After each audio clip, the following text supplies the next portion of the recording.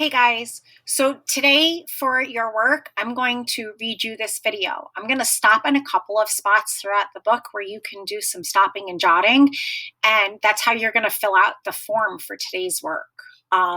So let's talk for a minute.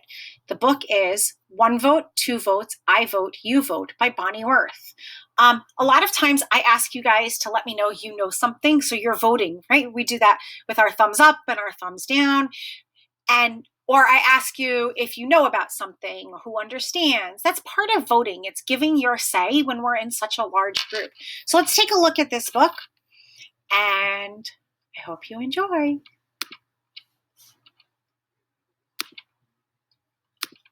One Vote, Two Votes, I Vote, You Vote by Bonnie Worth.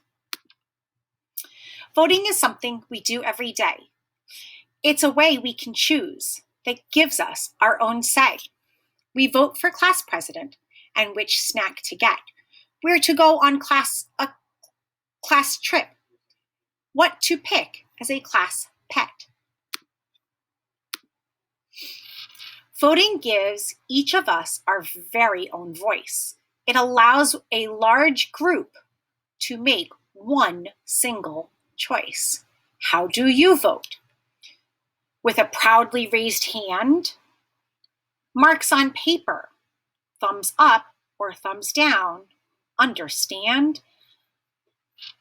You can choose not to vote, yes, but that's a sure way to lose your own voice and to not have a say. The item or person that most of us select will wind up the winner, the one we elect. So I picked this book because today's election day, and many of us are voting, right? Well, you guys aren't voting, but our parents are voting. On a piece of paper right now, I want you to write down 2 things that you vote for. I'm going to give you a minute.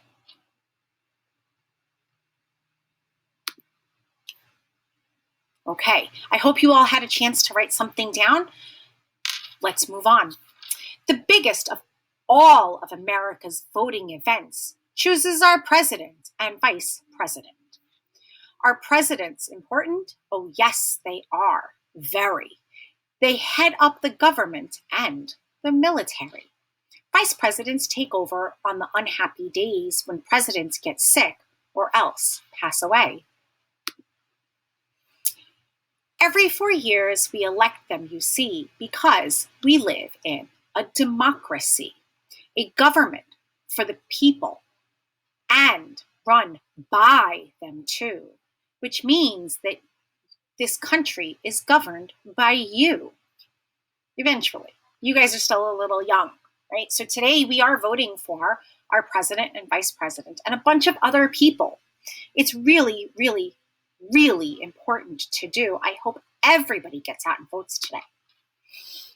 Every 2 years, we elect senators and congresspeople of our choice to make laws in Washington and to be our state's voice. We also elect sheriffs and mayors and such. Do local elections count? You bet, just as much. When our founders drew up the Constitution, it's true, they said folks should vote, but they did not say who. Since then, our history is marked by brave fights waged by people who struggled to win voting rights for all of the races and all of womankind, and also for 18-year-olds. Bear in mind. All right, so I want to stop here because this timeline down here at the bottom, this voting rights timeline, I just read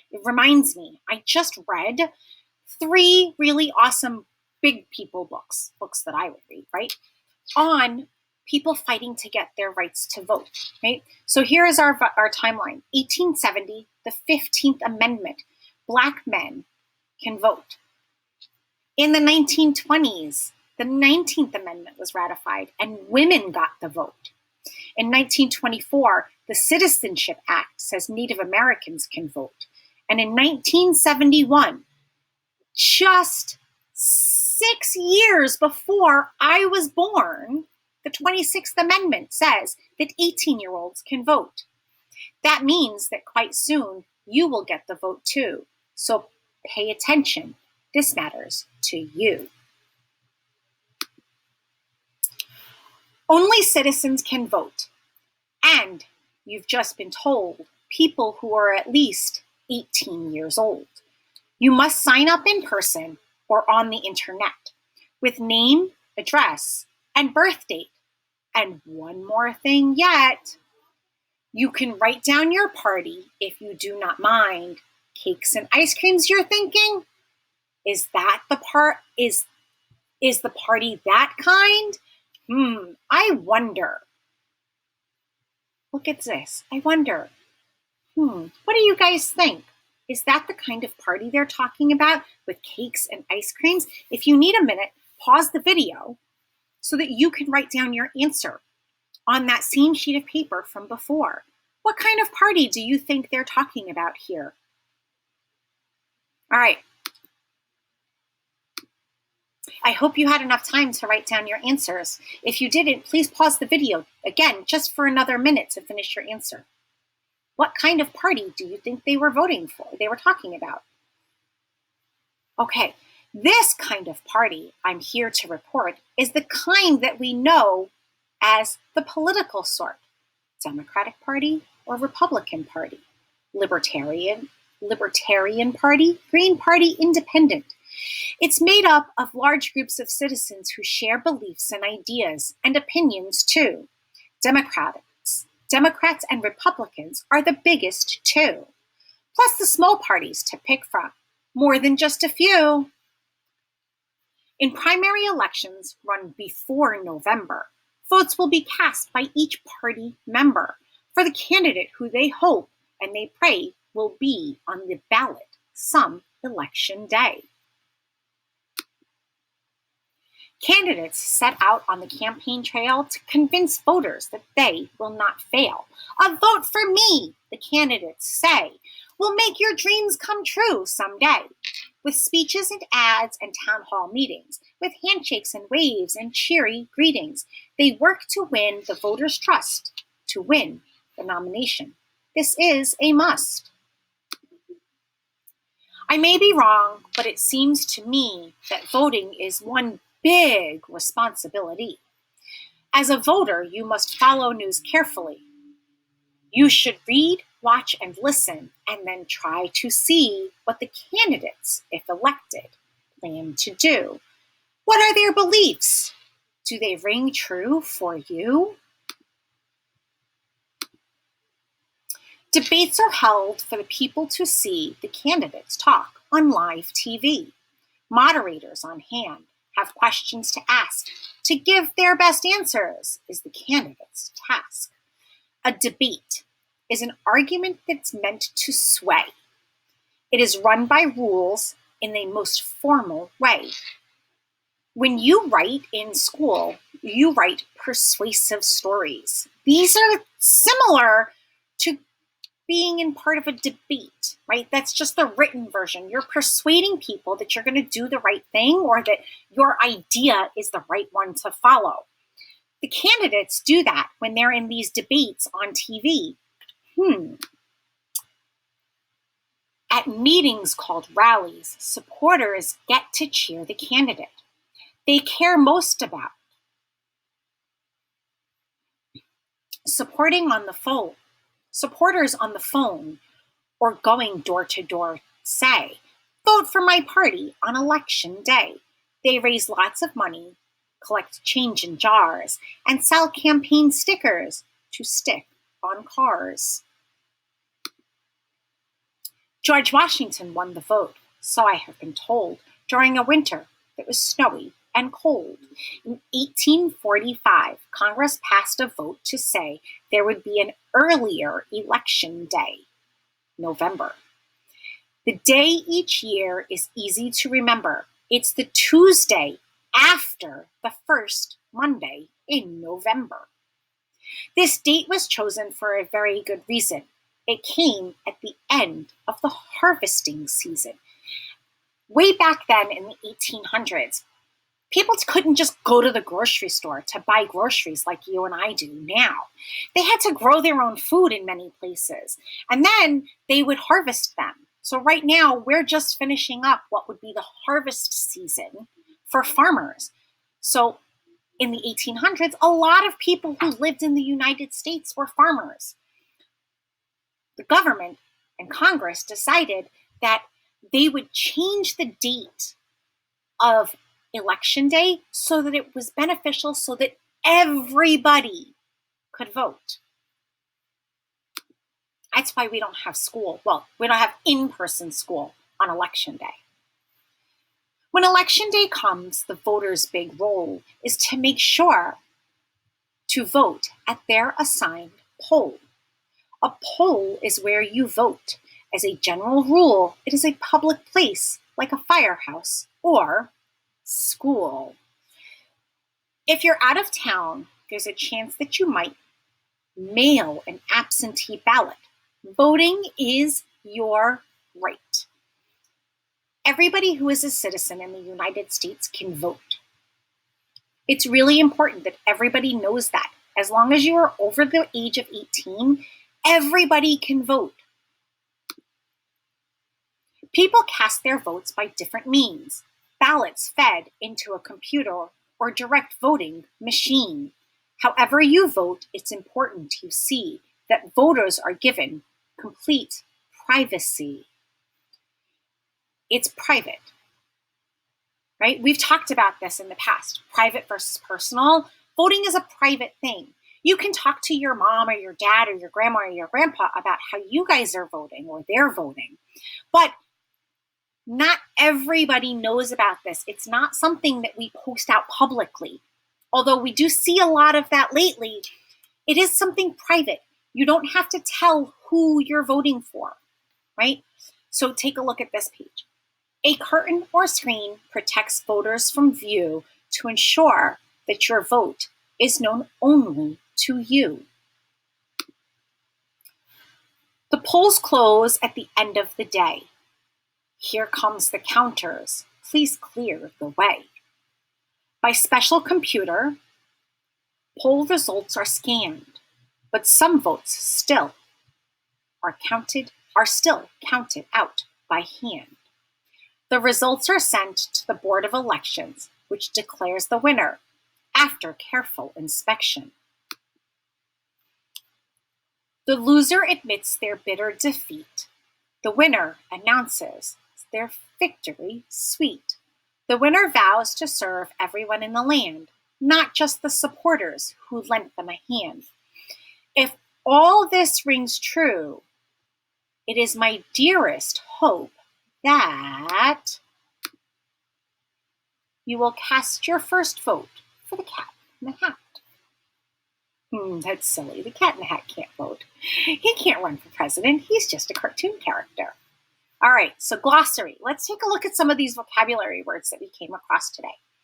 Absentee, a person who is expected to be somewhere but is not. When you don't come to school or when you don't come join me online, you are an absentee. You're expected to be with me, but then you're not in school, so you're absent. Ballot, the act of or process of voting, usually on paper and in secret. Campaign, a series of acts intended to achieve a particular goal. So, we talked about this earlier in the book. When you guys are writing letters to persuade somebody to do something, let's say you are asking mom and dad for a specific present, and they say, well, why do you deserve this? Right? You are campaigning to get something. You are writing a persuasive letter. You are trying to get them to vote for your ideas. Candidate, a person who applies for a job or is nominated for an election. Citizen, a legally recognized member of a state or country. Electronic, referring to a device having computer parts. Inspection, a close study. Moderator. I'm normally the moderator when we're in class, by the way. I'm the one asking the questions, and you guys are the people answering them. A person who directs a debate or discussion. That's my job. Nominate. To propose someone to run for office. Political. Having to do with government affairs. Poll. The place where voting takes place, or the act of voting. Later in the year, we are going to do a poll. I'm going to ask you to pick one of 3 animals that we're going to study online. You guys are going to vote in a poll. How cool is that? I'm very excited for it. Responsibility. The state of having a duty, right? We talked about responsibilities earlier, right? That's your job. You're responsible for cleaning off the table at home. That's your duty, right? When mom and dad say, clean your bedroom, keep your bedroom clean, that's your responsibility. In school, your responsibility is to follow the rules and be safe. In the technology room, when we go up to my classroom, right? Hopefully later in the year, maybe next year, we get to use all the different devices. You're being responsible. Online, you have responsibilities. Scan. To read with the eye or by electronic means. I'm reading a page right now. You guys can all see it. I've scanned it before I read it to you. Sway. To convince or change someone's mind by means of speech or argument. So here are some other books, and they're all books that you guys can read, right? I could do that. Esther Morris Gets Women the Vote. If I Were President by Catherine Steer. Lillian's Right to Vote, a celebration of the Voting Rights Act of 1965. Vote by Eileen Christodoulou. And that's it. Those are all the other Cat and Hat Learning Book libraries. All right, guys, I really hope that you guys enjoy this. So what I want you to do now is I want you to finish on that piece of paper. And what I would like on that paper is the 2 questions that I asked you earlier to make your predictions. Take a look back at them. Were you right? Did you predict the right thing when we were talking about the book? Or I was talking, you were listening. And then on the last part, I want you to answer the following question. You can either do all of this work on a separate sheet of paper, take a picture of it, and upload it to this assignment, or you can do it directly in the assignment. I will put up a paper for you guys. But the last question is, why is it important to vote? Why is it important to vote?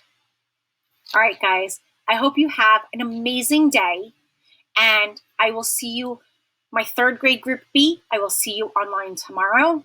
3rd grade group A, I will see you online Thursday and Friday. Group B, I will see you all in school on Thursday and Friday. And don't forget to fill out your parent-teacher survey, parent-teacher conference request form. All right, so paper,